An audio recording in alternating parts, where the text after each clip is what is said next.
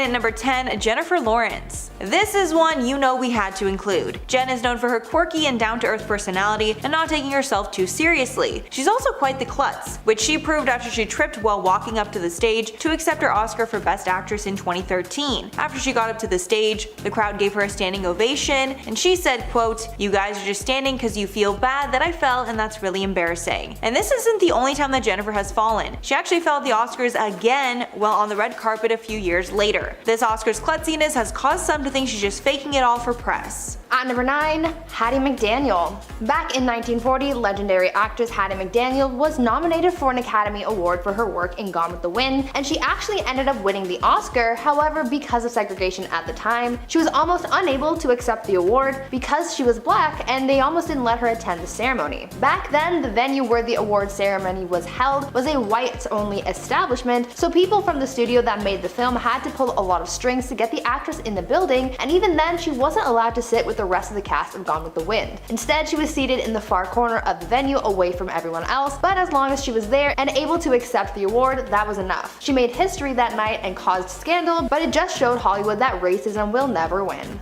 And at number 8, Bradley Cooper and Lady Gaga. The whole world fell in love with Lady Gaga and Bradley Cooper when they were starring in the movie A Star Is Born. The on-screen chemistry between the pair was so amazing, many fans thought there was definitely a real connection between them. The rumors about these two got even crazier when the pair performed a ballad from the movie at the 2019 Oscars, and the chemistry during the performance was hard to deny. Lady Gaga had also recently broke up with her fiancé Christian Carino around this time, leading many to think it was because of jealousy. And then during their performance, Bradley's longtime girlfriend Irina Shayk was sitting in the audience, which made things even more awkward. The whole situation got a ton of buzz for the movie, but might have had real-world consequences as Irina and Bradley split up shortly after. At number 7, John Travolta. Now, I wouldn't really call this one a scandal per se, but it did have a lot of people talking and laughing about it, so I just had to include it. In 2014, John Travolta created one heck of a meme, and you probably remember it. At the Oscars that year, Idina Menzel was supposed to perform Let It Go from the movie Frozen, which was kind of the hottest movie at the time, and John Travolta was supposed to introduce her to the stage. Well, instead of introducing Idina, he instead welcomed someone named Adele Dazeem.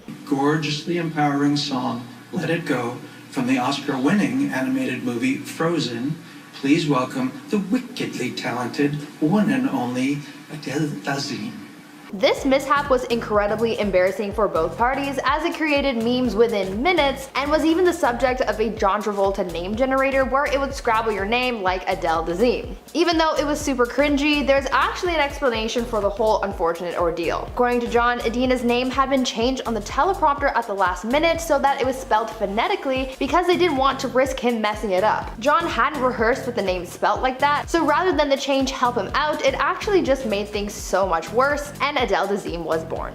And at number 6, Eminem. In 2003, the Oscars category for Best Original Song was jam-packed with big contenders, including the fan-favorite Eminem track Lose Yourself from 8 Mile. Lose Yourself actually ended up winning the award, and nobody was more shocked than the rapper himself. After he won, Eminem did not get up on stage, and one of his other collaborators accepted the award on his behalf, saying that Eminem was not able to make it that night. But the truth is that Eminem was so convinced he would not win the award, he didn't bother to show up. In an interview later, he was asked about that night, and Marshall admitted that he was actually asleep when it was announced that he won, which I'm sure the Oscars were not happy about.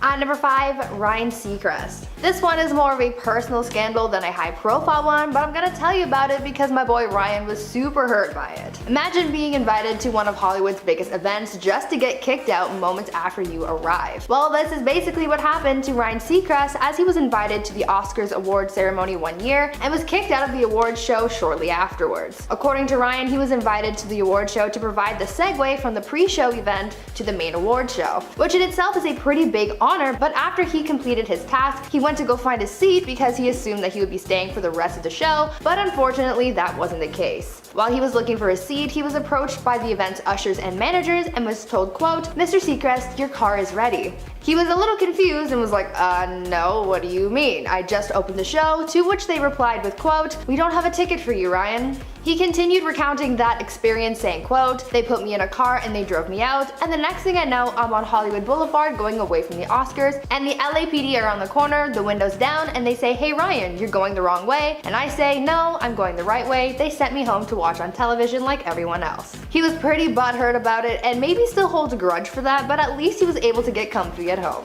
And at number 4, the 1974 Oscar streaker. This one's a little less known, but since most award shows are live broadcasts, it's understandable that some people might try and take advantage. That's exactly what happened at the 1974 Oscars when a man decided to run naked through the broadcast. The man even flashed a peace sign while he ran past the presenter, David Niven. Niven was hardly fazed and responded by saying, quote, "Well, ladies and gentlemen, that was almost bound to happen. But isn't it fascinating to think that probably the only laugh that man will ever get in his life is by stripping off and showing his shortcomings." And honestly, probably the shadiest thing that I've ever heard. At number 3, Sean Penn.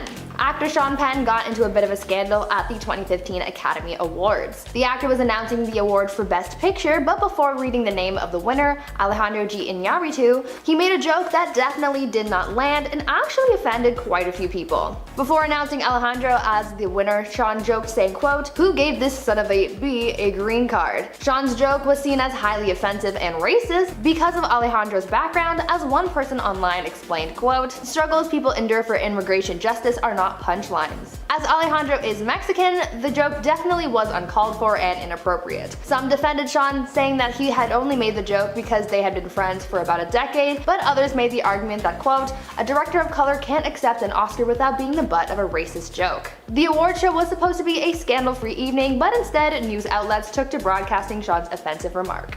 And at number 2, Marissa Tomei. Before we had the infamous Moonlight La La Land mix-up, there was a popular conspiracy theory going around claiming that Marissa Tomei did not actually win her 1993 Oscar. Instead, the presenter just said the wrong name and everyone went along with it. This theory was started because many were shocked to see that Tomei had won instead of her well-established competition. As well, following the event, The Hollywood Reporter printed a blind item about rumors that she hadn't really won. They claimed the presenter, Jack Palance, was too intoxicated to read it right, so he just read the last name as the winner. It was such a big rumor the Academy had to deny it many times. After the La La Land mix-up, we know that if she didn't really win, someone would have made it right. And finally, in at number 1, Sacha Baron Cohen. Sacha Baron Cohen is quite the jokester and is known for his wild characters. From Bruno to Borat, he seems to almost always be in character, and this was seemingly no exception at the Academy Awards in 2012. Sacha was at the event and walked the red carpet in character as Admiral General Shahbaz Aladdin from his film The Dictator, and along with being accompanied by 2 bodyguards, he had a prop with him, a golden urn filled with the pretend ashes of North Korean Premier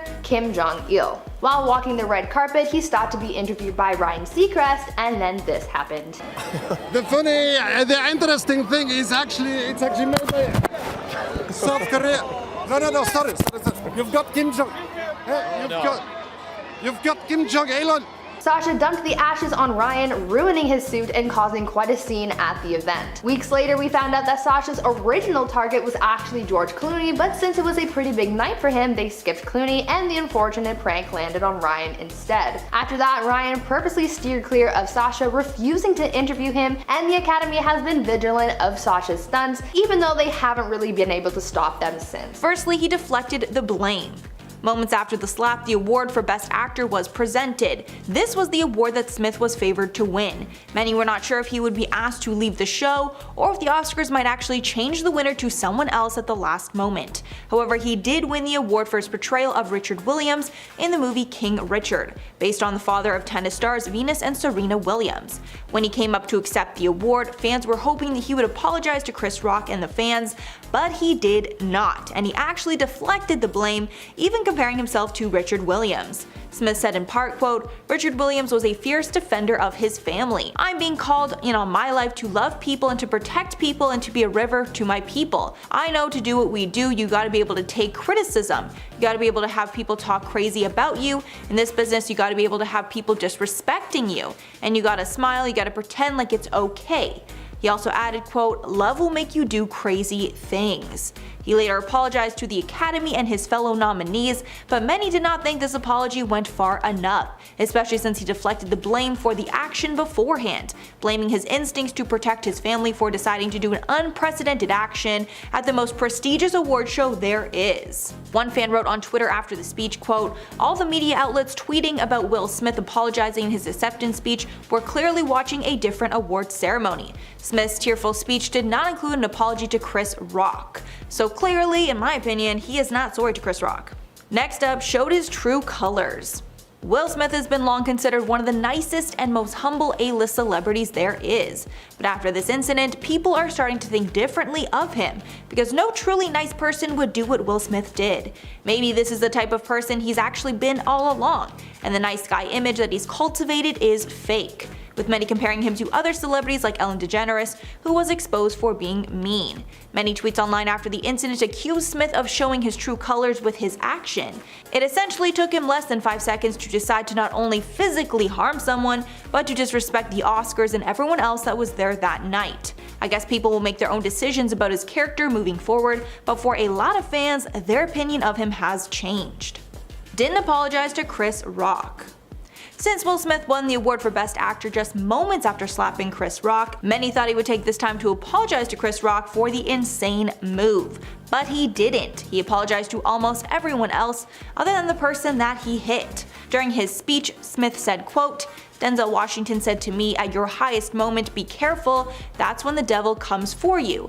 Adding, quote, "I want to apologize to the Academy, I want to apologize to my fellow nominees," at no point mentioning Chris Rock. Then he tried to lighten the mood by saying, quote, "Art imitates life. I look like a crazy father just like they said, but love will make you do crazy things." Other celebrities are vocal against him. After the shocking altercation, some celebrities took to Twitter to share how much they disagree with Will Smith's actions. Director Judd Apatow was probably the most vocal, who said in a series of tweets, quote, "Seems like Will Smith's plan to get comedian and the world not to make jokes about him is not going to pan out. The Williams family must be furious, pure narcissism. Also, G.I. Jane was gorgeous, what exactly is insulting about being compared to a ripped, stunning Demi Moore?" He then replied to a tweet that mentioned that he did what he did because Chris Rock was insulting her alopecia. Apatow doubled down, writing, quote, "He could have killed him. That's pure out of control rage and violence. They've heard a million jokes about them in the last 3 decades. They are not freshmen in the world of Hollywood and comedy. He lost his mind." Apatow has since deleted these tweets. Kathy Griffin also chimed in, tweeting out, quote, "Let me tell you something. It's very bad practice to walk up on stage and physically assault a comedian. Now we all have to worry about who wants to be the next Will Smith in comedy clubs and theaters. Blacklisted from other award shows." It's not a stretch to think that other award shows might not allow Will Smith to attend after he slapped a host while they were presenting. The Academy tweeted after, quote, "The Academy does not condone violence of any form. Tonight we are delighted to celebrate our 94th Academy Awards winners who deserve this moment of recognition from their peers and movie lovers around the world." Clearly they did not want to publicly trash one of their winners, but I'm sure they are not happy with what took place. And finally, he could get arrested. Just a reminder that what Will Smith did was illegal, and he could have easily been arrested and charged. The LAPD said in a statement after the Oscars, quote, "LAPD investigative entities are aware of an incident between 2 individuals during the Academy Awards program. The incident involved one individual slapping another. The individual involved has declined to file a police report. If the involved party desires a police report at a later date, LAPD will be available to complete an investigative report." So clearly Chris Rock is not deciding to file any charges, thankfully for Will Smith, but if they don't reconcile, nothing is stopping Rock from pressing charges at a later date, so hopefully Will Smith apologizes. In at number 10, Roman Polanski. And the Oscar goes to Roman Polanski for The Pianist. Back in 2003, Roman Polanski had won the Oscar for directing The Pianist. However, due to him not showing up, Harrison Ford had to not only present the award, but accept it on his behalf. It's amazing that Polanski was still even considered at all for this category. After pleading guilty to having an unlawful relationship with an underage woman, he fled the US before he could be sentenced. So his status of refusal to accept the award probably came from the fact that he legally cannot be in the United States or else face jail time. He's like, "No, but I'm good." We're sure that's why you're good. In at number 9, Woody Allen. The Academy congratulates Woody Allen and accepts this award on his behalf. Woody Allen has won a total of 4 Oscars but has only attended the event once. That clip was from 1978 where Allen won the Oscar for directing Annie Hall, but due to his refusal to accept, they had to accept it on his behalf. The only time that Woody Allen touched the stage at the Oscars was in 2002. It was less than 6 months following the attacks of September 11th, And Allen wanted to tell the audience that the Big Apple was still a wonderful place to make movies. After the awards, Allen said, "I have no regard for that kind of ceremony. I just don't think they know what they're doing. When you see who wins those things or who doesn't win them, you can see how meaningless this Oscar thing is." Well said, Woody, well said. You creep. In at number 8, Paul Newman. Ladies and gentlemen, accepting the award for Paul Newman, the president of the Academy of Motion Picture Arts and Sciences, Mr. Robert Wise. Paul Newman had a very understandable beef with the Academy after being nominated for the award of Best Actor 6 times and never winning. Yet year after year, Paul showed up because he was nominated and patiently waited again and again for his big win. By 1987, Newman had 2 honorary Oscars and 6 nominations to his name before finally winning for his role in The Color of Money. Although the one time that Paul actually won, he didn't show up. Later he told the Associated Press, "It's like chasing a beautiful woman for 80 years. Finally she relents and you say, 'I'm terribly sorry, I'm tired.'" I love these statements, like, damn. Again, I'll say it. Well said, Paul. Well said. In at number 7, Banksy. Here are the nominees for Best Documentary Feature. Exit Through the Gift Shop, Banksy and Jamie DeCruz. For those of you who don't know who Banksy is, he's an anonymous British street artist that is known around the world for his sometimes very political pieces. He's done everything from graffiti to full exhibits showcasing his work. A film was even made about him in 2010 called Exit Through the Gift Shop. It was a documentary that followed around some of the top street artists as they went through their process and tried to avoid the authorities while doing so. Banksy, being the anonymous character that he is, did appear in the film, but his face was hidden and his voice was altered to protect his identity. When the film was nominated for an Oscar, Banksy agreed to attend, with his only request being that they do not reveal his identity. Well, the Academy did not see the value in that and refused to accommodate his request. So instead of showing up to the Oscars, Banksy did what he does best. A couple days before the event, this mural suddenly appeared in Los Angeles. The mural equates the Hollywood elite to the Galactic Empire from Star Wars. And I just love the stormtroopers working the cameras while the Oscar statue is altered to appear in the image of a true artist. More specifically, a Banksy. In at number 6, Eminem. Goes to... Woo! The Oscar goes to Eminem, Jeff Bass, and Luis Resto for Lose Yourself. In 2003, the category for Best Original Song was jam-packed with big contenders. Eminem's Lose Yourself from the movie 8 Mile was against Burn It Blue from Frida, Father and Daughter from the Wild Thornberrys movie, The Hands That Built America from Gangs of New York, which had Bono writing on it, and I Move On from the movie Chicago. All of these had amazing musicians behind each track, to the point where even Eminem himself didn't think that he was going to win. Eminem thought the Oscars were just for actors, so number 1, he thought, why would I win this? And number 2, he thought, why would I show up for that? In an interview later on, he was asked about that night, and Marshall admitted that he was actually asleep when he won the Oscar. Instead, his co-writer Luis Resto had to accept the award on his behalf. In at number 5, Jean-Luc Godard. As you know, the master, unfortunately, can't be with us here tonight. For those of you who don't know who Jean-Luc Godard is, he's a very talented filmmaker from Switzerland that has been creating since 1950. In his early days as a film critic, Godard took aim at the way that mainstream French cinema had a tradition of quality, instead of focusing on innovation and experimentation. In late 2010, the Academy wanted to give Godard an honorary Oscar, although there was a slight issue. Jean-Luc never answered their calls, and when asked during an interview what this honorary award meant to him, Godard said, "Nothing. If the Academy likes to do it, let them do it. But I think it's strange. I ask myself, which of my films have they seen? Do they actually know my films?" And later on during that same interview, he was asked why he never attended, and to that, Godard said that he doesn't have a visa to fly into the US, nor does he want to apply for one, adding, "And I don't want to fly for that long." Fair enough, Jean-Luc, fair enough. In at number 4, Katharine Hepburn. There is Katharine Hepburn and Golden Pond.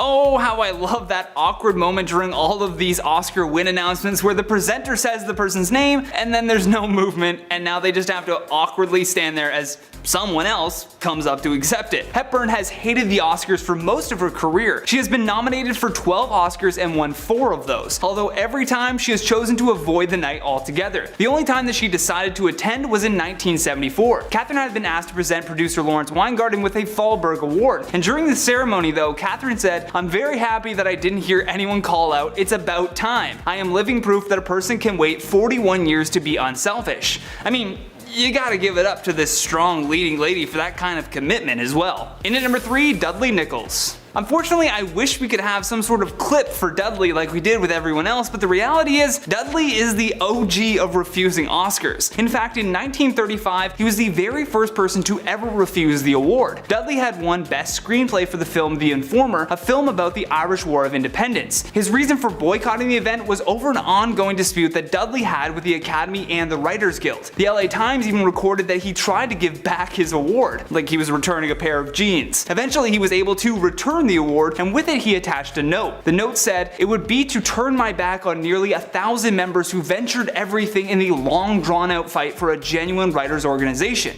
I mean, how powerful is that? Like, you remember when people used to stand for something? You go, Dudley, you go. In at number 2, George C. Scott. Oh my god. The winner is George C. Scott.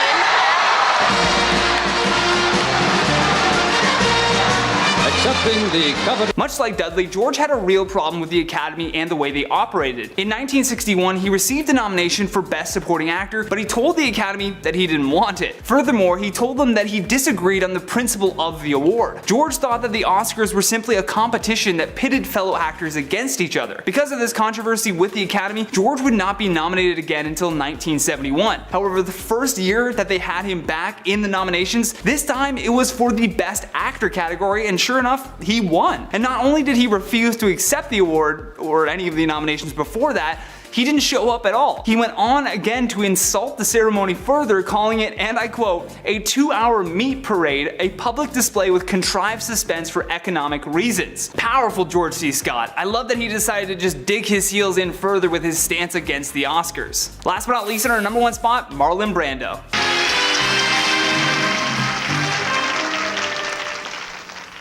Hello, my name is Sasheen Littlefeather. I'm Apache.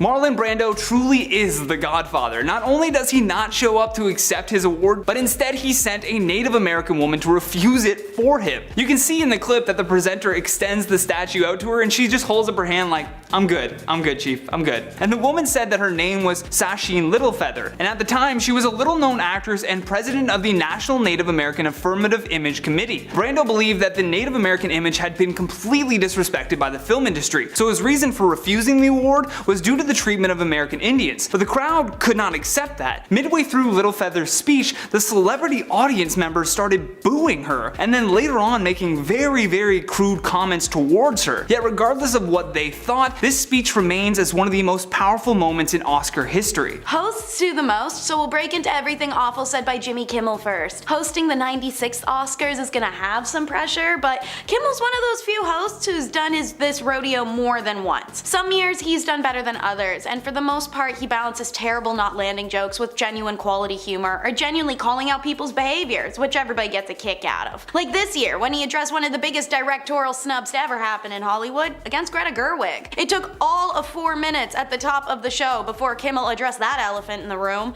When the clapping began, however, Kimmel quipped, "I know you're clapping, but you are the ones who didn't vote for her, by the way. Don't act like you had nothing to do with this." That was pretty effing real of him. We need a little bit more of that in Hollywood. But anyway, that was one of his better moments of the night. He had his embarrassing moments, like his hair-raising one, where he described The Zone of Interest as a rom-com to Germans. So when he brought up the now Oscar winner Robert Downey Jr.'s past substance addiction, the room got pretty awkwardly quiet in that "are we allowed to laugh at that and what he's saying" type of way. Congratulations to Cillian Murphy's co-star Robert Downey Jr. This is the highest point of Robert Downey Jr.'s career, Jimmy had said before adding, well, one of the highest points. Robert was a good sport about the comment and tapped his nose as the tense laughter rang out in the room. In response to the nose tapping, Jimmy went straight up off script, as he often does during award shows, and continued to add, was that too on the nose, or was that a substance motion you just made? Downey then motioned to wrap it up before mouthing, "keep it going." While the interaction between them left some people wondering if it was a bit or not, it's easy need to say it made a lot of folks uncomfortable and embarrassed in the moment, not knowing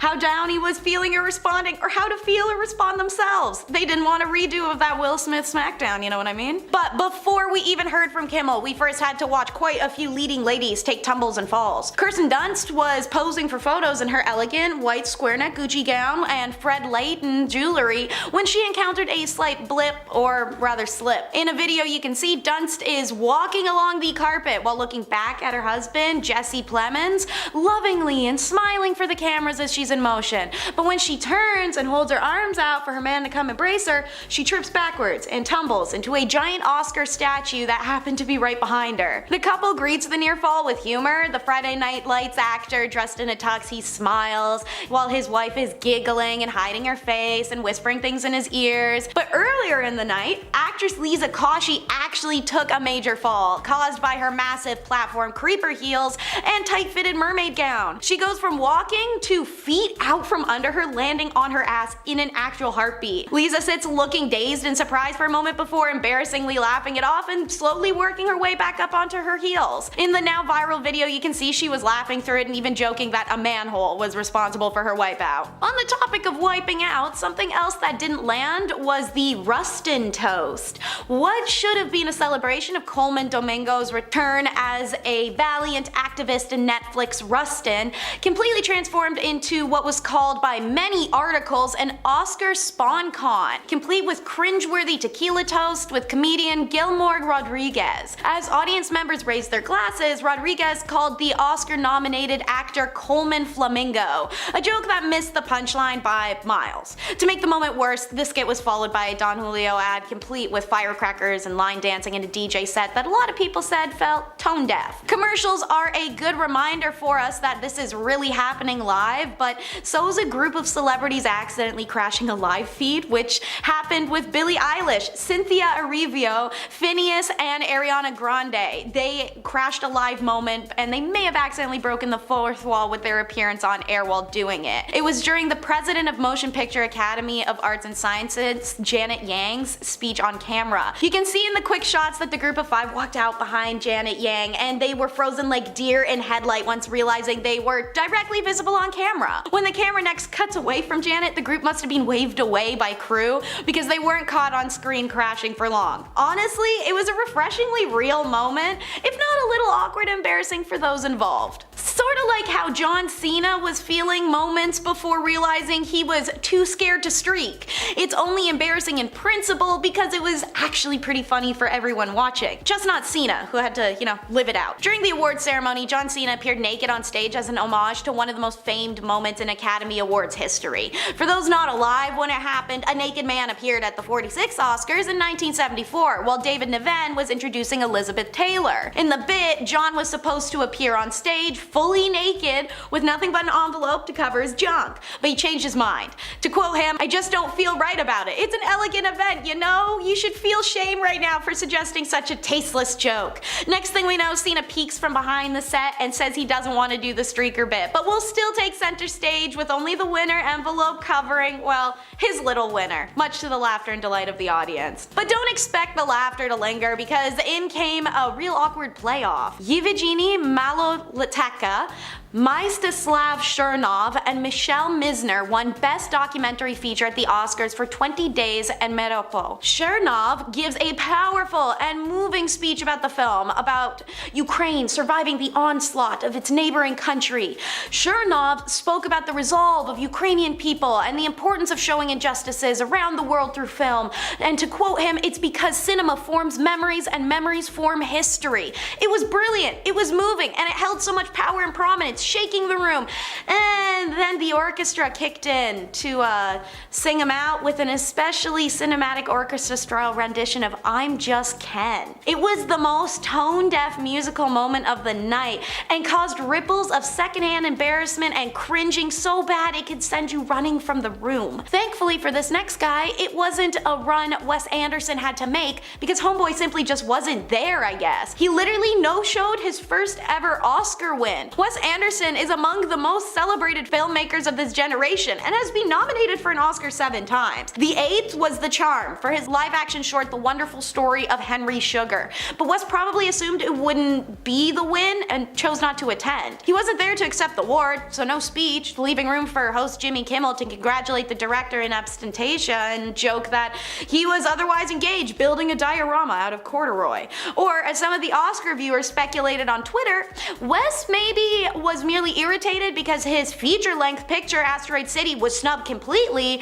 but speculation arises, as does commentary from many, they'd be embarrassed or even humbled by the award happening the one time they didn't show face. Bringing it back to Kimmel putting his foot in his mouth because, like I said, there were highs and lows, and he spurred testy reactions when teasing Poor Things. Jimmy Kimmel had to hurl a few jokes at Poor Things, obviously. Emma Stone, the lead and producer of the movie that swept the Oscars, arguably a little too much, and he chose to allude to the film's numerous intercourse scenes at one point. During the ceremony, an edited montage that highlighted a number of moments throughout Poor Things as Best Picture Oscar contender played, after which the comedian commented those were the only scenes they were allowed to show on network television. The camera cuts to Emma, who seemingly turned to her husband, director Dave McCary, and mouthed something with a deadpan look that, of course, internet sleuths have speculated could be anything from oh my god to what a prick, based off lip reader interpretations. But one thing's clear, she didn't seem very impressed, and it was embarrassing for Kimmel. But honestly, Al Pacino sent Kimmel packing because he had the honor of making not just one person,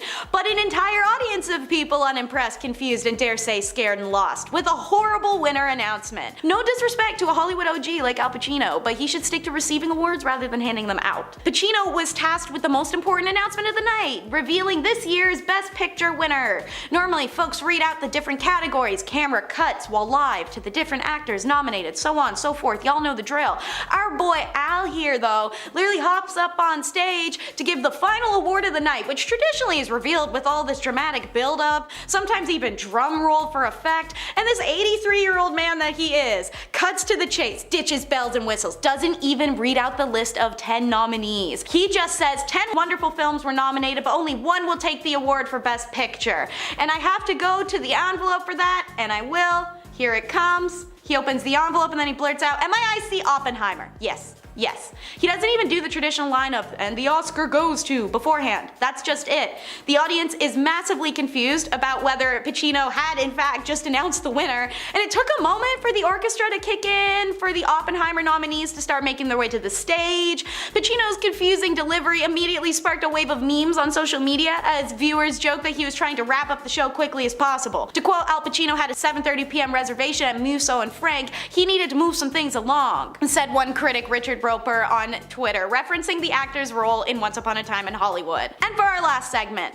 Once Upon a Time in Hollywood, the Oscars chose not to make history. It was the upset of the night. Almost everyone expected Lily Gladstone to win Best Actress for her role in Killers of the Flower Moon. It would make up for the film being iced out of its other categories, snubbed again and again. Indigenous people everywhere were huddled around TVs, phones, radios. We got to cry and watch in awe as the Osage Nation gave a performance on stage at the real-life Oscars, something almost all of us would have never imagined being able to see one day. Please remember, Indigenous song, dance, and even gatherings were illegal in North America until 1951. That was only 73 years ago. So what you saw performed on stage was a criminal offense worthy of a death penalty before then. That's why it's not just representation, it's reclamation. This was huge. Then Emma Stone's name was called out.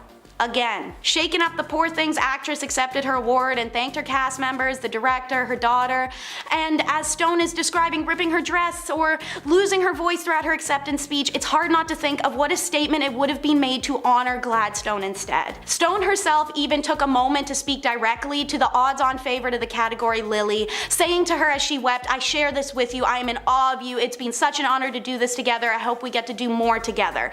But actresses like Emma Stone win that award every year. year. She'll always be able to do more and win more awards. Lily was a rare shot, a first in Hollywood, one we might not get again for a long time, and that's the point. It wasn't just that she was the beating heart of Killers of the Flower Moon. Her win would have also made history as the first Indigenous woman to win an Oscar for Best Actress. It was such a missed opportunity. By awarding her, it wouldn't have been awarding one actress like it was with Emma. You would have been awarding an entire community. It represented more than Gladstone. It represented change in the industry, change in how people view us as Indigenous people, or at least it was supposed to. It was once again another slap in the face for the Indigenous communities instead. 10 Oscar nominations, nothing taken home. Many are commenting it feels like the movie never had a chance to ever win an Oscar, and it was only nominated to make the Academy seem less bigoted in their selections, turning the entire plotline, its history, the importance of the movie into just tokenism. I'd say embarrassing is only one word to describe this Oscar failure. Heartbreak is another. In at number 8, Hondo. In 1954, the movie Hondo was nominated for Best Story, which has now been renamed to Best Original Screenplay. The John Wayne Western movie was favored to win, but the nomination was later revoked after the Academy discovered the script for the movie was not original. Rather, it was based on an already existing short story called The Gift of Cochus. This is obviously against the rules, as the nominees in this category must create an original story. In at number 7, Tuba Atlantic. 2010 film Tuba Atlantic was another movie that had its nomination revoked after it broke the Oscars rules. The film was a Norwegian short film about a 70-year-old man who only had 6 days to live and spends that time reconciling with his estranged family. It was nominated for Best Live Action Short Film in 2012, and it was a huge step for the Norwegian film industry. However, the nomination for this movie was revoked after the Academy discovered that the film was already shown on Norwegian television before it was released in theaters, which is a huge no-no for the Academy, which is purely for movies released in theaters.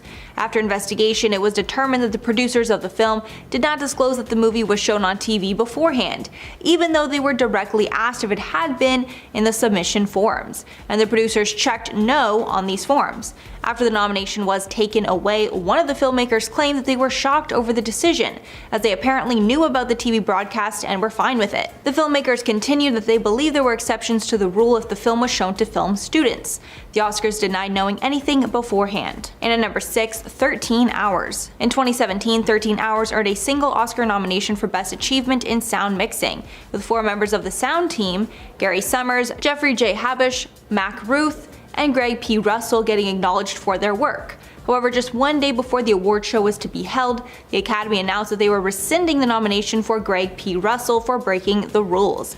He was accused of telephone lobbying, which is essentially begging for votes from the members of the Academy. The Oscars revealed their decision in a statement, saying in part, quote, "Upon recommendation by the Sound Branch Executive Committee, the Academy's Board of Governors voted to rescind the sound mixing nomination for Greg P. Russell from 13 Hours. The decision was prompted by the discovery that Russell had called his fellow members of the Sound Branch during the nominations phase to make them aware of his work on the film, in direct violation of a campaign regulation that prohibits telephone lobbying." Halfway at number 5, Young Americans. The film Young Americans won the Academy Award for Best Documentary in 1969, and everyone involved in the film was thrilled. But a month after receiving the award, it was stripped away for violating the Oscars' terms. So the movie was actually made in 1967, and it was first shown in theaters in October of 1967, not making it eligible for the 1969 Oscars, where it won. After the award was taken away, it was given to the runner-up called Journey into Self.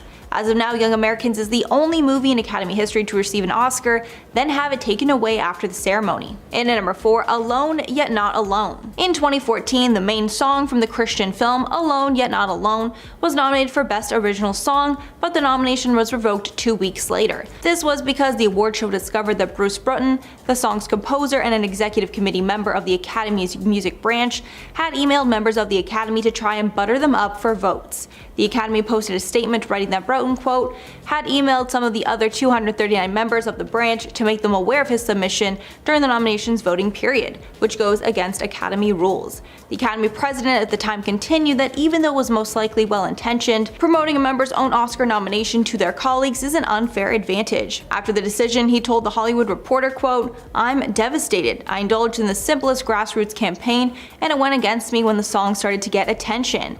I got taken down by competition that had months of promotion, and advertising behind them. I simply asked people to find the song and consider it. In at number 3, The Circus. At the very first ever Academy Awards in 1929, the award show decided to revoke Charlie Chaplin's awards to make the night more fair for everyone. At that year's awards, he was nominated for Best Actor, Best Director for a Comedy, Best Writer, and Outstanding Picture for his work in the film The Circus. Since he was such a legendary talent, the Academy believed there was a high chance that he might win all the awards, so they decided to create an honorary award just for him, combining all of his awards into one. This new award combined the awards for Best Writing, Directing, and Producing in the film. And at number 2, Dudley Nichols. Some celebrities are stripped of their Oscars awards or nominations, but the first person to ever reject receiving the award was screenwriter Dudley Nichols, who won for Best Screenplay in the 1935 film The Informer.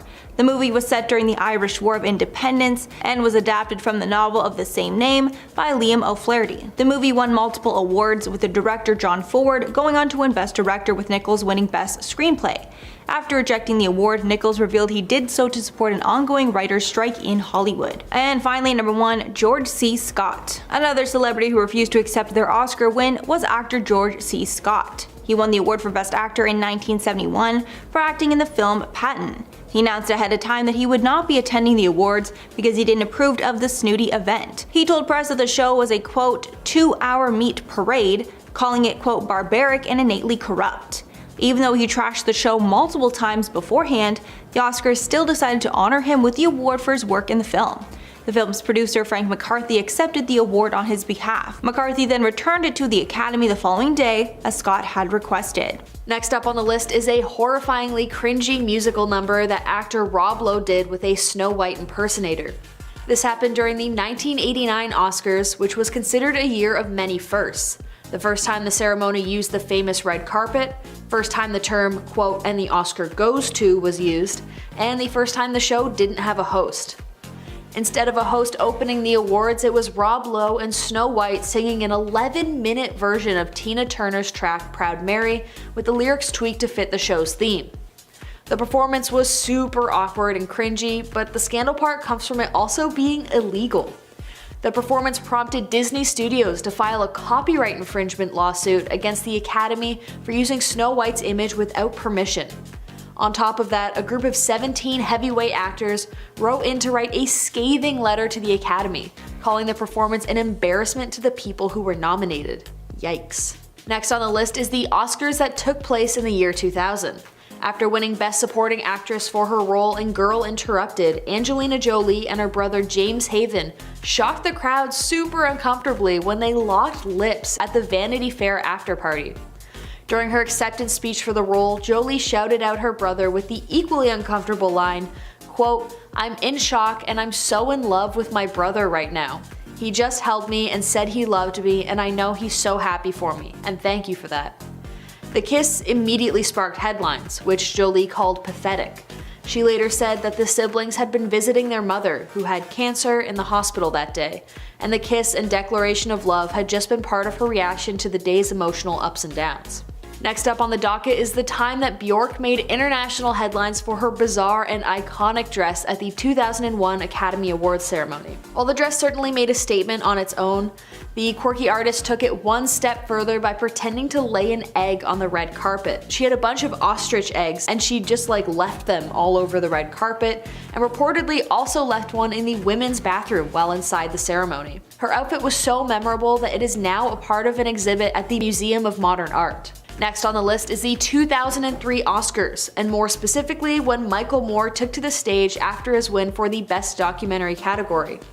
While we've all heard the music start to kick up when the acceptance speech goes on for a tad too long, Michael Moore was well within his time slot when he had to be cut off.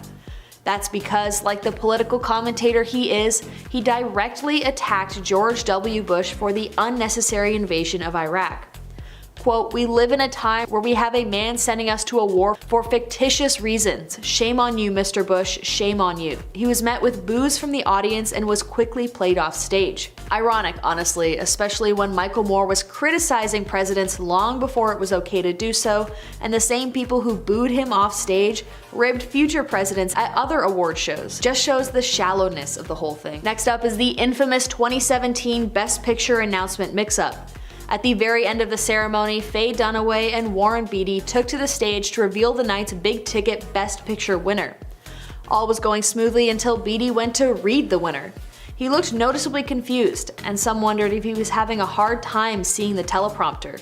He held the card out to Dunaway, who assumed he was changing up the script and allowing her to read out the winner.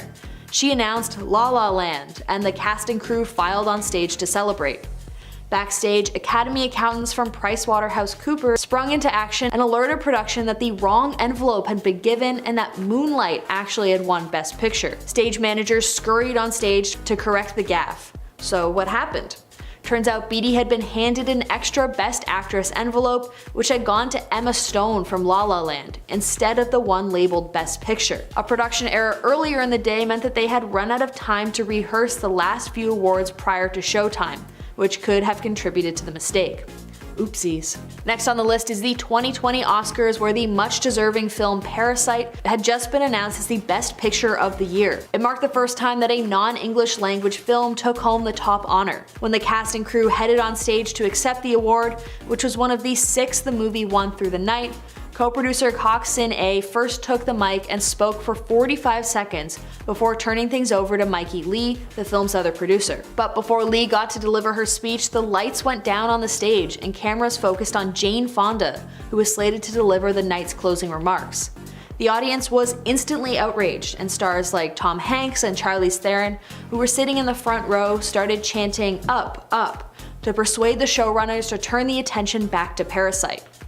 Luckily, the cheers worked and Lee was able to deliver her remarks, but it didn't stop tons of outrage from coming out in reaction to the rude dismissal. Coming in at 10, Willem Dafoe. Dafoe is a legendary actor with 2 Oscar nominations under his belt for both At Eternity's Gate and the incredible Florida Project. However, his quest for a 3rd Oscar nod has been halted during a time when most were expecting him to at least get a chance to claim the big prize. Dafoe starred last year in the horror movie The Lighthouse, which followed 2 lighthouse keepers who start to lose their sanity when a storm strands them on a remote island where they are stationed. The movie received universal acclaim, with critics highlighting the performances of both leads, Dafoe and Robert Pattinson. However, sadly, the Academy didn't feel the same way and snubbed the talented actor.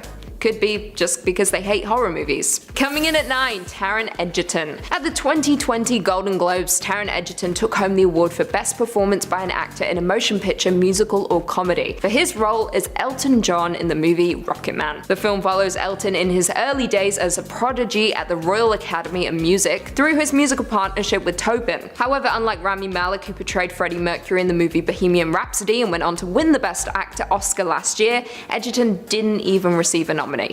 In at 8, Christian Bale. Last year, Christian Bale appeared alongside Matt Damon in the drama movie Ford vs. Ferrari, a movie which follows a determined team of American engineers and designers led by automotive visionary Carroll Shelby and his British driver Ken Miles, who are dispatched by Henry Ford II and Lee Iacocca with the mission of building the Ford GT40, a new racing car with the potential to finally defeat the perennially dominant Ferrari racing team at the 1966 24 Hours of Le Mans race in France. Now, Bale in the past has been nominated for 4 Oscars, with him taking home the Oscar once with the 2011 Best Supporting Actor win for The Fighter. Put him in serious contention once again, however sadly he didn't get the nod this time around. Coming in at 7, Nicole Kidman. Last year, Nicole Kidman appeared alongside Charlize Theron and Margot Robbie in the biographical drama Bombshell, a movie based upon the accounts of several women at Fox News who set out to expose CEO Roger Ailes for sexual harassment. The film as a whole received mixed reviews, however critics praised the performances of the cast, particularly Theron,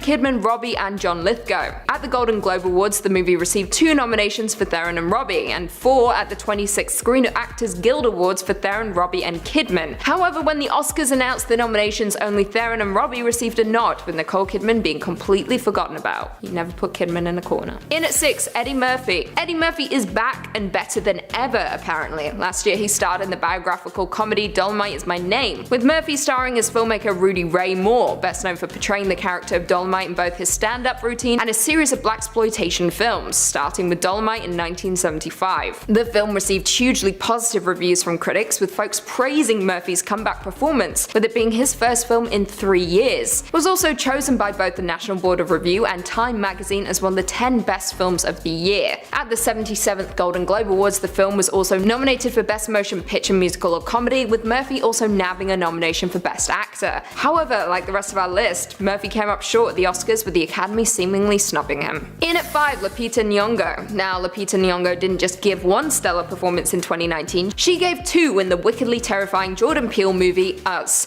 The film followed Adelaide Wilson and her family, who were attacked by a group of menacing doppelgangers. Now, Lupita played Adelaide and of course the doppelganger, and she was absolutely incredible in both roles. But sadly, the Academy didn't agree and denied the actress a second nomination after she won Best Supporting Actress for 12 Years a Slave back in 2013. In at 4, Adam Sandler. Adam Sandler received very rare critical acclaim for his performance in Uncut Gems, a movie that follows Howard Ratner, a jeweler and gambling addict in New York City's Diamond District, who gets in over his head with loan sharks and must retrieve an expensive gem he purchased in order to pay off his debts. Now, Sandler campaigned hard for a nomination, and longtime fans were there right alongside him, hoping the comedian could earn his very first nomination. However, Sandler sadly got no love from the Academy, upsetting a lot of fans and the movie. To be fair, it's hard to separate Sandler from his past, such as 50 First Dates, Happy Gilmore, and all the other he's done. In at number 3, Awkwafina. Now, this one is the most frustrating in my opinion, because how do you go from winning a Golden Globe to not even getting nominated for an Oscar? I just don't understand it. It reminds me of the time the Queen, Madonna, won the Golden Globe for Evita and then was snubbed for the Oscar when we all know she should have been nominated and should have won. Just saying. Anyway, Awkwafina starred in The Farewell, a movie that follows a family who, upon learning their grandmother has only a short while left to live, decides not to tell her and schedules a family gathering before she dies. The actress was praised for her performance and, as I previously mentioned, even won the Golden Globe, making her the first Asian actress to take home the Best Actress in a musical or comedy category, which is absolutely insane. But sadly, and for some unknown reason, the Oscars didn't even look her way. No one cares about the Oscars anyway, it's all about the Golden Globes. Coming in at 2, Robert De Niro. Fans were of course upset when legendary actor Robert De Niro also missed out on an Oscar nod, but it wasn't too much of a surprise considering he also failed to get a nomination at the Golden Globes or Screen Actors Guild. He starred in The Irishman, where he played Frank Sheeran. The film follows Frank, a truck driver who becomes a hitman involved with mobster Russell Bufalino and his crime family, including his time working for the powerful team star Jimmy Hoffa. The film made waves for its incredible de-aging technology, with the older actors looking more youthful than ever. However, it became clear after a handful of failed nominations that the 2-time Oscar winner in a critically praised role was about to miss out on an Oscar nod, due to being overshadowed by his supporting co-stars Joe Pesci and Al Pacino. Could also be because the film was about 3.5 hours long and no one has time to watch that. Starting off our list today at number 10, we have Chris Rock. Not only did Chris Rock destroy his career in 2022 with his horrible Oscar hosting job, you think the Academy wouldn't have hired him to host the ceremony, as back in 2005 he had another pretty controversial show, as not only did he make a comment about straight black men never watching the Oscars only a month before the show, he actually tried to cover it up by stating the LGBTQ community only watches the Tonys, which would cause a handful of people to call the star out and urge the Academy to replace him as the host that year. But still, the show went on with him as the host, and to be honest, his opening monologue just wasn't even that funny, and his whole performance was just really bland and loud. And if things couldn't get any more worse, later in the night things got extremely awkward as Chris went on to make a comment about Jude Law when he said, "You want Tom Cruise and all you get is Jude Law." The statement didn't sit well with a few people in the crowd, and when Sean Penn then took the stage to present Best Actress, he would then tell Chris Rock off and say that Jude was one of the generation's finest actors. Number 9, Anne Hathaway and James Franco. If one thing's for sure, Anne Hathaway doesn't deserve to be on this list today, but because she had to MC with James Franco and he failed at his hosting job, she unfortunately has to be on this list today. From the very beginning of the night, it looked like James just didn't want to be up on the stage, and he was waiting for the whole whole event to be over, which was strange as you think the actor would have been a little more excited as he was also nominated for an Oscar that year, but he still didn't want to be there. So to make up for his co-star's lack of energy, Anne had to try her best to keep the show afloat. Unfortunately, tipping into her over-the-top energy caused a lot of the viewers to cringe. But I still don't know what's worse, the fact that they had zero chemistry on the stage, or the fact Anne opened up the ceremony by saying, "My gosh, you're all real." Later, James would even acknowledge how bad his presence was by telling David Letterman, "I've thought about it. I think I know why I bombed. I love her, but Anne Hathaway is so energetic. I think the Tasmanian devil would look stoned standing next to Anne Hathaway." Number 8. Seth MacFarlane. To be honest, I don't think any of us could really understand why the Academy would ask Seth MacFarlane to host the Oscars in the first place, as his brand of humor in his Family Guy show is very controversial. So they should have known that his performance was going to get on a lot of people's nerves. Now, Seth definitely proved that he could sing when he performed in his opening number, but he chose to do it in such a controversial way as he decided to write a very misogynistic set that revolved around seeing actresses who have stripped down on scene for their roles, as Seth went on to sing about how he has seen certain actors' chest. He then went on to mention everyone from Meryl Streep and Naomi Watts, and you could see their faces all fall in the heartbreaking slow moment. He also enlisted an entire choir of men to help him humiliate the woman he named in his song, and when the cameras finally panned over to Charlize Theron, her unimpressed face would say it all. Not to mention, he also went on to make jokes about how women were getting themselves sick just so they could stay in shape for the award show, as well as cracking jokes about the infamous Rihanna and Chris Brown altercation, which just wasn't cool. Number 7. Ellen DeGeneres. Ellen's first Oscar hosting gig in 2007 was an utter mess, as it was nothing like the lovable performance she put on in 2014. Maybe her first time around was just missing all the selfies and pizza. However, with saying that, it isn't really Ellen's fault her performance as a host didn't do so well, as prior to hosting the Oscars, she previously hosted 3 Emmy Awards, and she did such a great job doing so. So when the Oscar ratings were down, the Academy brought in Ellen so she could bring in a different demographic, but by doing so it seems like it was just a little too forced, as she just kept rambling on and her points just fell very flat throughout the night. Even her overall style didn't seem to fit in with the Oscars, and there was a point where she even mentioned the Oscars was going green and that she was going to recycle some of her old jokes, and she actually took that to heart. It seemed like she made the night a little too much about herself and didn't really focus on the films and the actors that were up for consideration that night. Number 6. David Letterman. It's no lie that David Letterman was at his peak in 1995, but just a couple years earlier he was actually passed over for the Tonight Show gig that was vacated at the time by Johnny Carson. So David instead went to sign his own deal for his own show on CBS, and he actually was beating Jay Leno's late night ratings by a decent margin, so he became the perfect choice to lead the Oscars, well, after both Whoopi Goldberg and Billy Crystal declined to host the event first. Now, David has always had this very dry sense of humor, and it didn't exactly translate well when he was hosting the Oscars, with his opening monologue being extremely boring, to listening to Uma Thurman and Oprah's opening skit was also just very odd and out of place to watch. David just couldn't get his style of work to fit in the right way like Johnny Carson did before him. It also didn't help that he also told the audience at one point to pay attention. At the end, David took all the heat he was receiving in stride, and he even went on to make fun of himself when he returned to his regular job by saying the Oscars even asked him to perform again.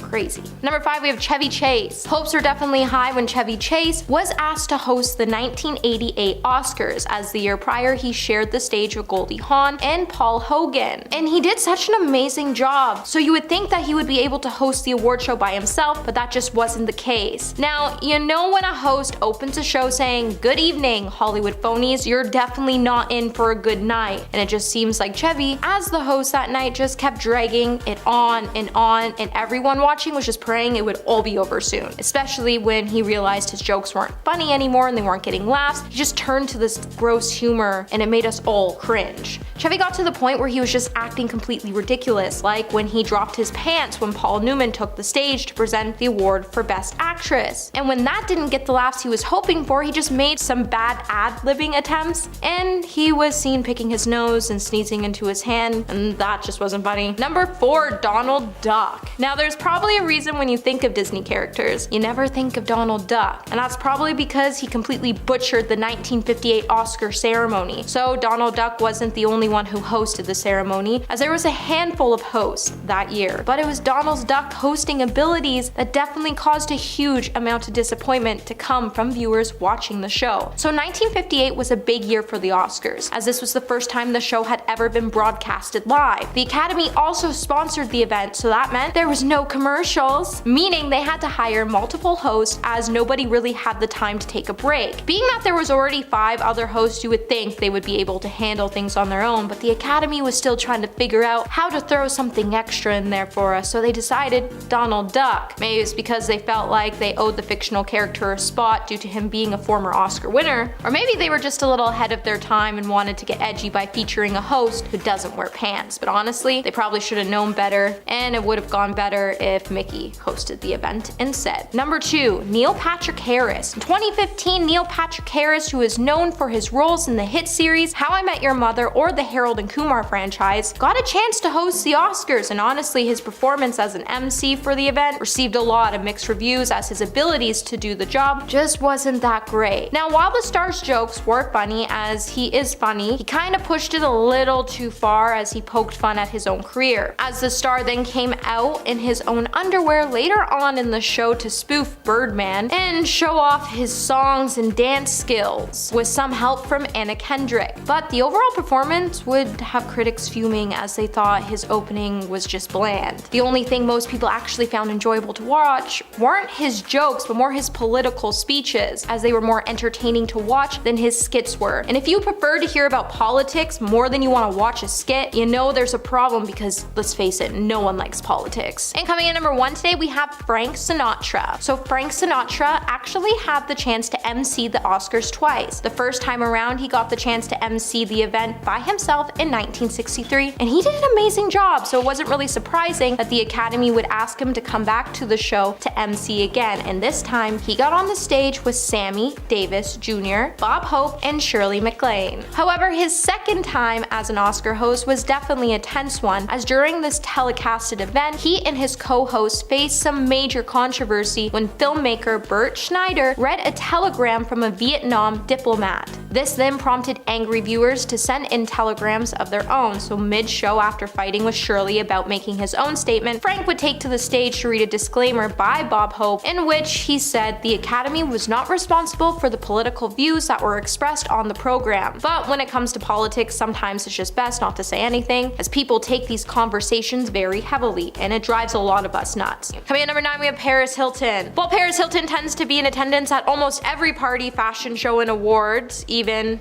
Paris Hilton reportedly was banned from attending the Oscars since 2008. And when the socialite first heard of the news, she surely wasn't happy about it, and she was actually devastated that she couldn't attend the prestigious award event, with a source claiming that Paris cried a lot when she found out she was banned from the Oscars. It would also be noticed that Paris was desperate to be taken seriously as an actress, and she hoped she would be able to network with the film bods. Word on the block is Paris even spent $2 million on a dress for the ceremony back in 2008 before she heard about her ban, which left her feeling so embarrassed to attend the Oscars after show parties, and even considering going in disguise due to her ban. She was even tempted to go to the parties afterwards but wear her trademark wig to save her dignity. Said that Paris would even find herself being snubbed from the event in a bid to prevent the event from turning into a down market scrum. Coming at number 8, we have Miley Cyrus. Have you ever noticed that Miley Cyrus has been pretty much missing from all the award shows lately?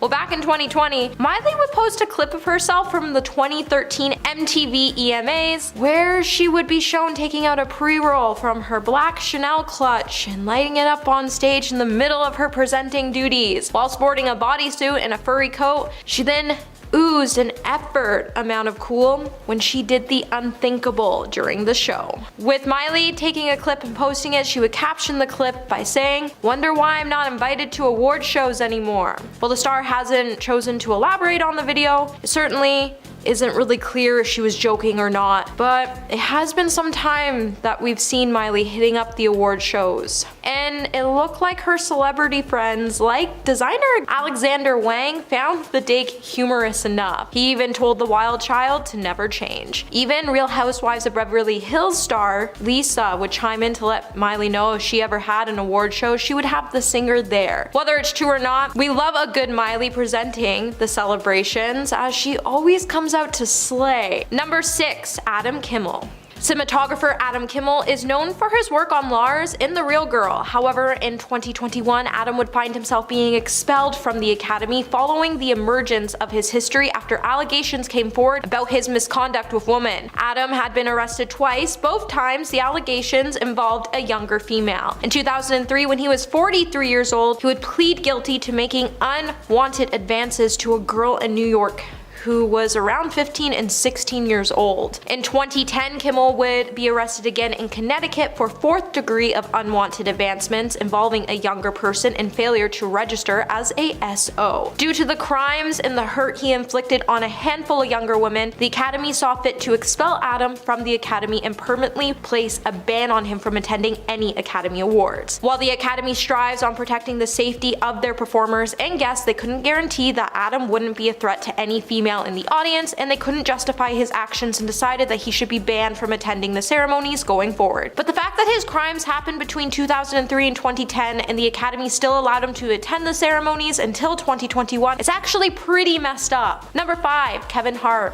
After an old controversy from 2018 continued to dominate the headlines in 2019 after he was announced as being the host for the 2019 Academy Awards, comedian Kevin Hart publicly stepped down from his gig when a series of old homophobic tweets resurfaced. Kevin's anti-gay ideology wasn't exactly a secret before, as he devoted part of his 2010 stand-up special to describe his terror that his son would turn out to be gay and his intention to prevent it however he could. And after that year, you think Hollywood might have done some Twitter search before naming its host. And Kevin's response just hours before stepping down, he would not apologize, and he would say in a video, "Guys, I'm almost 40 years old. If you don't believe that people change, grow, evolve as they get older, I don't know what to tell you. I want to hold people in a position where they always have to justify or explain the past. Then you do. I'm the wrong guy, man.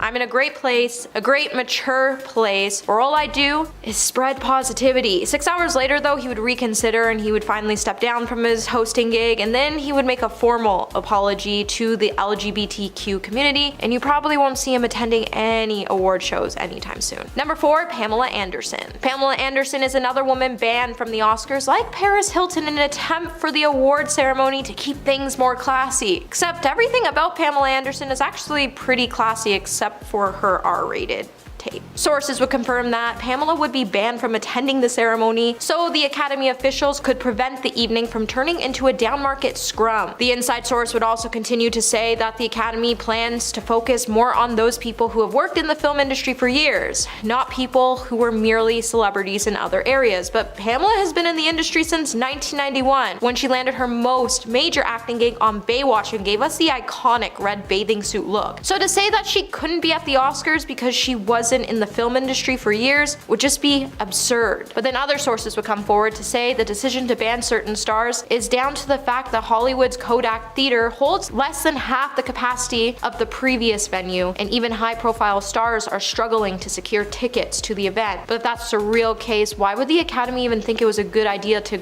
downgrade their venue to one of the biggest award shows of the year? Number 3, Carmine Carditi. The Godfather star Carmine Carditi was banned from the Oscars after he was summoned by the FBI. While Carmine's strength as an actor got him steady work for many years, eventually earning him his membership in the Academy. As a member, he was actually pretty inappropriate to viewers. Eventually, trouble would come to town when Russell Prague visited Chicago and was introduced to Carmine by another member of the Godfather Part 3 cast. When Carmine mentioned that he was able to watch screeners for the latest film, Russell was somehow able to talk him into sharing these screeners with him. As part of Carmine's agreement with the Academy, this was not allowed. Even so, Carmine decided to still go along with it as he wanted to share his privileged position with a friend. This would work out well for time, time, but things quickly began to spiral out of control when the FBI got involved. Rather than a harmless movie fan Carmine thought Russell was, he actually turned out to be one of the most notorious film pirates in the country. Instead of watching the movies, he would copy them and distribute them to the internet. With both men being taken in by the FBI, Carmine would find himself being sued by Columbia Pictures and Warner Brothers, and he would become the first person ever banned from the Academy. Number 2, Roman Polanski. Movie director Roman Polanski would end up being expelled from the Academy of Motion Pictures, Arts, and Sciences over charges of unwanted advances on younger women. Back in August of 2020, Roman would lose a court bid to be reinstated as a member. Roman, who won an Oscar in 2003, would be banned by the Academy in May 2018 because of a long-standing criminal case which dates all the way back to 1977. The director then argued in a civil lawsuit he was denied by the Academy when it decided to expel him under a code of conduct drawn up in response to his unwanted advancement misconduct allegations against dozens in the entertainment industry. The Los Angeles Superior Court Judge Mary H. Strobel wrote in a ruling that Polanski was given the opportunity to present any evidence he deemed relevant to the Academy, including a lengthy brief from his attorney and a video statement. While Roman has continued to deny his misconduct, he did win an Oscar in 2003 for The Pianist. But I think we were all pleased when the court confirmed that the Academy's procedure to ban him from the awards ceremony was both fair and reasonable. And coming in at number 1 today, we have Britney Spears. Britney Spears has found herself being barred from the Oscars since 2005, and since she's even been banned from attending all the celebrity-filled pre-Oscar parties. While Britney has been desperate to dress up and snare an invite to one of several glitzy bashes that are happening across LA, she's been met with a stony and embarrassing silence from the organizers. Britney is definitely still a big name in Hollywood, and a lot of people in town know her for all the wrong reasons. While the Oscars has chosen to snub her from pretty much anything, they claim it's because she's a car crash waiting to happen, and organizers don't want to take the risk of her showing up and creating a scene. With every celebrity battling to secure the most high-profile guest, Britney is being seen as a gamble no one wants to take, with one source saying her presence at any party would instantly generate lots of publicity, but while it's tempting to send out an invite, it's a hassle they don't really want. There's also still been a mounting concern among fellow A-listers of Britney's mental health, and they feel like the parties would still be too much for Britney, and her fragile state might just tip her over the edge if she was to attend. While Britney was definitely devastated over the snubs, she definitely has a lot to look forward to as she's back in the studio creating some major bangers.